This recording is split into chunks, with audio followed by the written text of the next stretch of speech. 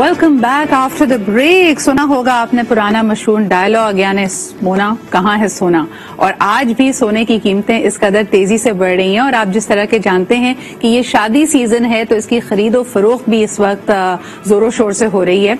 इसके अलावा ये कि इसकी कीमत का अक्सर आप जिक्र सुनते रहते हैं कि सोने के भाव फिर बढ़ गए। आज भी पाकिस्तान में सोने को एक बड़ी सॉलिड इन्वेस्टमेंट माना जाता है, मच बेटर देन। और खासतौर पर अगर आपके पास कम पैसे हैं, यकमुश्त आप कोई प्लॉट या घर नहीं खरीद सकते, तो हमेशा कहा जाता है कि थोड़ा थोड़ा सोना खरीदते जाइए, ये कभी ना कभी आपको काम आता है। लेकिन इससे जुड़े हुए कई सवालात आज आपके सामने रखेंगे कि क्या वाकई अगर आपको यकायक पैसों की जरूरत पड़े तो क्या सोना उतनी ही आसानी से फरोख्त हो जाता है।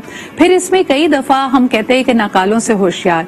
पाकिस्तान में अल्हम्दुलिल्लाह आपको कई ऐसे ज्वेलर्स मिलेंगे जो जनरेशन से इसी कामों से, या हो सकता है पाकिस्तान बनने से पहले, पार्टीशन से पहले से भी इसी ट्रेड से, इसी काम से जुड़े हुए हैं। लेकिन आज बार बार ये कहा जाता है कि सोने में मिलावट भी है, नकाली इतनी ज्यादा महारत इख्तियार कर चुकी है कि आंखों को झुटलाया जा सकता है। माहिर से माहिर सोनार भी कभी कभार धोखा खा जाते हैं और उनको पता नहीं चलता कि फलाना सेट असली है या नकली। सोने का पानी चढ़ाया भी जाता है। इसके अलावा हो सकता है कि ऐसा कुछ ना भी किया जाए, वो असल में सोना हो लेकिन वो 22 कैरेट सोना ना हो, 18 कैरेट हो, 16 कैरेट हो, 9 कैरेट सोना भी इस वक्त आपको मार्केट में दस्तयाब मिलेगा। तो हमने सोचा आपके इसी तरह के तमाम सवालात का हम जवाब देंगे कि सोना दरअसल कितनी सॉलिड इन्वेस्टमेंट है या नहीं। हमारे साथ इस वक्त मौजूद हैं हाजी हारून रशीद चांद साहब। आप ऑल पाकिस्तान सराफ एसोसिएशन के प्रेसिडेंट हैं। बहुत बहुत शुक्रिया हारून साहब यहाँ पे मौजूद होने के लिए। सबसे पहले हमारे व्यूअर्स को बताइए कि अगर वो सोने की खरीदो फरोख्त के लिए जा रहे हैं, खासतौर पे कोई ज्वेलरी सेट खरीद रहे हैं, तो वो कैसे ये यकीन करें कि असल में ये जो सेट उनको बेचा जा रहा है भारी कीमत में, वो असल सोना ही है। ये बात हम कैसे वेरीफाई करें? जी हारून साहब। बिस्मिल्लाहिर्रहमानिर्रहीम। ये बात अच्छी की आपने कि देखें, आपको मालूम है कि हिंदुस्तान पाकिस्तान बनने के बाद जितने भी पुराने सुनार जो भी थे, उन्होंने आज तक ना अपने सोने में फर्क रखा, ना क्वालिटी में फर्क रखा। वो अपने म्यार खराब नहीं कर चुके। आजकल हमारे भी ट्रेड में इन्वेस्टर आ गए हैं और हमारे काम को खराब कर रहे हैं। सही। जो असल जो हकीकी खानदानी जो सुनार है, वो जो 24 कैरेट प्योर सोना होता है, 22 कहते तो 22 होगा, 21 कहते तो 21 होगा। सही। या 18 कहते तो 18 होगा। आजकल जो कुवत खरीद ना होने की वजह से, परचेसिंग पावर ना होने की वजह से, भाव बढ़ने की वजह से 18 कैरेट और 12 कैरेट भी पहना जाता है, क्योंकि एक बच्ची को 10 तोला जेवर दिया, किसी को 5 तोला दिया। अब आस्ते आस्ते प्राइसेस इतनी बढ़ गई है कि 2 साल में कोविड ने पूरे पाकिस्तान, पूरी दुनिया को लपेट में लिया, तो पाकिस्तान को भी लपेट लिया, तो लोगों की कुवत खरीद कम रही। तो अब पहले ग्राहक जो आता था पैसे दे के सोना लेता था, आज बेचारा वो अपना पुराना जेवर लेके आता है, वो दे के और वो बनाता है, और थोड़ा वजन भी कम होता है और फर्क भी होता है कि 18 कैरेट बना के दे दो या 12 कैरेट बना के दो। अच्छा, इस वक्त जो लोग बच्चियों की शादी की तैयारी कर रहे हैं हारून साहब, आप उनको क्या मशवरा देंगे? आमतौर पे आपने क्या देखा? आपने जिस तरह बिल्कुल सही कहा कि कुव्वत खरीद कम हो गई है, तो लोग क्या एक हल्का सेट बनवाना चाहते हैं, एक भारी सेट बनवाना चाहते हैं, सिर्फ झुमके या चूड़ियां देना चाहते हैं बच्चियों को? इस वक्त क्या ट्रेंड है? अगर आपकी बेटी की शादी हो रही हो तो आप लोगों को क्या मशवरा देंगे? देखें, वो आमतौर पे तो लड़की वाले जैसे कि जो है वो सेट देते हैं, तो लड़के वाले चूड़ियां देते हैं, इस तरह मिलके कर लेते हैं। सही। पहले तो अलग अलग सेट दिए देते हैं, मायू में अलग, मेहंदी में अलग, वलीमे में अलग। ये तो अब वो ट्रेंड, वो प्राइसेस बढ़ने की वजह से, कुव्वत खरीद ना होने की वजह से अब एक या 2 जेवर पे डिपेंड होता है। एक आदमी ऐसा है अल्लाह ने जिनको दिया, वो डायमंड में जेवर पहनता है, और मिडिल तबका जो है वो 4-5 तोले का बनता है, गरीब तबका 2-2.5 तोले का पहनता है, और वो 18 कैरेट और 12 कैरेट पहनता है, और मिडिल तबका 22-21 कैरेट पहनता है, और बड़ा जो तबका है वो तकरीबन 22 कैरेट पहनता है। बिल्कुल सही। अब अच्छा, ये जी फरमाइए। अब ये कि अब कुव्वत खरीद नहीं है, परचेसिंग पावर नहीं है। अब सोना जो है ये इस वक्त इंटरनेशनल मार्केट से पाकिस्तान में 2000 रुपए कम में बिक रहा है, कुव्वत खरीद ना होने की वजह से। सही। और दुनिया के अंदर ऐसा कभी नहीं हुआ है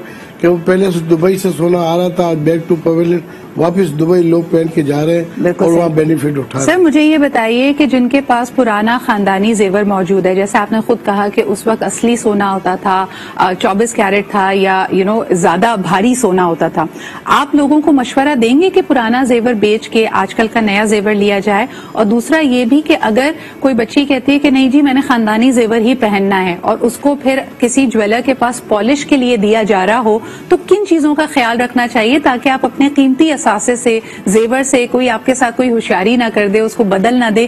किन चीजों का ख्याल रखें अगर आप अपना सोना पॉलिश करने के लिए दे रहे हैं? तो देखिए, पहली बात तो ये कि पुराना जेवर जो विरासत में जो मिलता है वो बेस्ट होता है। सही। उसका जब भी जाएंगे तो उसका बेनिफिट मिलेगा। सही। और अगर आप किसी को पॉलिश के लिए देते हैं तो उसी वक्त इलेक्ट्रॉनिक कांटे हैं उस पर वेट किया जाए। सही। वेट करके अपने नोट किया जाए, जब पॉलिश करके आए तो वो वेट लिया जाए। सही। वरना अगर मोटर पॉलिश कर देंगे तो उसमें ग्राम 2 ग्राम सोना कम हो जाता है, और हाथ पॉलिश में सोना कम नहीं होता, वो सेम ही रहता है। सही। तो जो अच्छे दुकानदार और खानदानी दुकानदार है वो कभी न इसी किस्म के चीटिंग करेंगे न बेईमानी करेंगे। बिल्कुल सही। आजकल के जो इन्वेस्टर चीटर लोग आ गए हैं जो इसमें लूटने के लिए, जो हकीकी खानदानी जो लोग हैं, हमारे यहाँ जब तक बच्ची मायू में नहीं बैठती थी जेवर हमसे नहीं उठाते थे।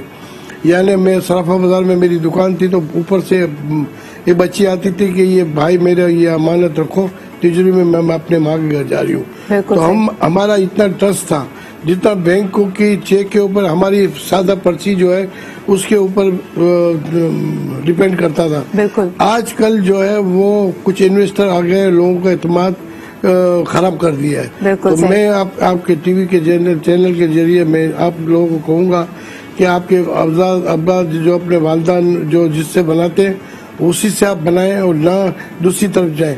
जो पुराने जेवर बनाने वाले पुराने दुकानदार हैं जिनके नाम है उनसे, यानी पुरानी दुकानों पे जो खानदानी लोग हैं उनके पास जाएं। ऐसा ना हो कि चमक धमक से मुतासर होकर किसी नई जगह आप जाएं और अपने बड़े कीमती असासे से हाथ धो बैठिए। अरुण साहब, एक और सवाल आपसे करना चाहूंगी। मुझे ये बताइए कि हम जब भी ज्वेलरी खरीदते हैं तो सोने का भाव तो उसमें होता है, लेकिन ज्वेलर आपको मेकिंग के पैसे अलग लेता है, यानी जो भी उसकी डिजाइनिंग है, तराश खराश है, उसके पैसे अलग होते हैं। तो मुझे बताइए कि सोने का ये सेट कितनी अच्छी इन्वेस्टमेंट है, क्योंकि अगर कल को आपको जरूरत पड़े और आप वो सेट बेचने के लिए जाएंगे तो आपको सिर्फ सोने की कीमत मिलेगी, वो जो मेकिंग की या तराश खराश की या उसकी डिजाइनिंग के लिए जो आपने एक्स्ट्रा पैसे दिए वो तो आपको नहीं मिलते। जब बेचने जाते हैं तो सिर्फ सोने की कदर होती है। बिल्कुल सही कहा आपने। देखें, इस वक्त हिंदुस्तान पाकिस्तान बनने के पहले 100 रुपए से कम सोना था और आस्ते आस्ते आज 1 लाख तकरीबन 24,000 रुपया हो गया और बढ़ के 1,32,000 हो गया था। सही। यही सोना है कि माँ बाप बच्ची को विरासत के तौर से ये देते हैं और जब वक्त जरूरत पड़ते है कोई मकान की किसी चीज की जरूरत की, अब बड़े से बड़ा कीमती मोबाइल है, इसका डेमो बदल कुछ नहीं है। सोना जिस तरह प्राइसेस बढ़ती है तो सोने के भी भाव बढ़ते हैं। हाँ, इसमें यह है कि आपकी जो मजदूरी नगीने के पैसे कट जाते हैं, सोने की कीमत पूरी मिलती है आपको। और मैं आपके चैनल के थ्रू कहें कि आप जहाँ भी जाएं बेचने के लिए तो एक ही जगह पर ट्रस्ट नहीं करें, 2-3 दुकानों पर दिखाएं, वजन कराएं और फिर जाओ, जिसका ज्यादा भाव होवे उसको आप दें तो इससे आपको बेनिफिट मिलेगा, आपको फायदा मिलेगा। भरोसा करके अगर एक को दे दिया तो वो आपको नुकसान भी हो सकता है। और कई ईमानदार दुकानदार होते हैं वो अपनी फर्क नहीं रखते हैं, जायज नफा रखते हैं। मगर अगर किसी गलत आदमी के हाथ में लग गया तो 2-4 दुकानों से आपको अंदाजा मिल जाएगा ज्यादा वो दे रहा है और सही चीज दे रहा है। बिल्कुल सही। आखिरी सवाल अरुण साहब, वेरी क्विकली इसका जवाब दीजिएगा। मुझे ये बताएं कि बहुत सारे लोग आजकल गिनीज और बुलियंस में इन्वेस्ट करना चाहते हैं, इसी मेकिंग की जो आपकी कॉस्ट कट रही होती है उसको बचाने के लिए। क्या ये करना सही है? आप लोगों को ये मशवरा देंगे कि आपने आने वाले कल के लिए अगर इन्वेस्टमेंट करनी है तो सोने के बुलियंस या फिर गिनीज खरीदी जाए? बिल्कुल। देखें, अभी जैसे कि एक बच्ची की शादी होती है, अब इसके शौहर इसको सालगिरह में कोई चीज देना चाहता है तो मैं कहता हूँ कि भाई वो आप 1 ग्राम से लेके 10 ग्राम तक बार्स आते हैं, वो आप दें तोहफा, और हर महीने इन्वेस्टमेंट हो, ग्राम ले लें ताकि आगे भी जाके आपकी कल बच्चे औलाद होंगे और वक्त जरूरत आपके पास अगर ये चीज होगी तो बच्चों को आप जेवर बना के भी दे सकते हो। और ये ऐसी इन्वेस्टमेंट है कि इंटरनेशनल करेंसी है, दुनिया के किसी भी मुल्क में आप चले जाएं दुनिया का करेंसी फ्लॉप हो सकती है। सोना जो है वो इंटरनेशनल करेंसी है, इससे ज्यादा बेहतरीन कोई सरमाकारी नहीं है। और मैं कहता हूँ कि ऐसा कोई सट्टे वाला काम नहीं करना कि वो कहीं कहते हैं बैंकों में लिखवा दो और पैसे जमा करा दो, ऐसा काम नहीं करना। 2 तोले नहीं लेना, 1 तोला नहीं, 1 तोला नहीं 10 ग्राम लेना, 10 ग्राम 5 ग्राम लेना, 1 ग्राम भी अगर ताकत हो कैश लेके अपने पास रखना, ताकि ट्रस्ट नहीं करना, अपने पास हो, जब अपने वक्त जरूरत पड़े। बहुत बहुत शुक्रिया हारून साहब हमारे साथ मौजूद होने के लिए और ये बहुत ही मौसर इन्वेस्टमेंट एडवाइस देने के लिए। इसी के साथ ही हम बढ़ते हैं छोटे से ब्रेक की तरफ। This is sound advice for you, ताकि आप अपने आने वाले कल को भी सिक्योर कर सकें। छोटा सा break, will be right back.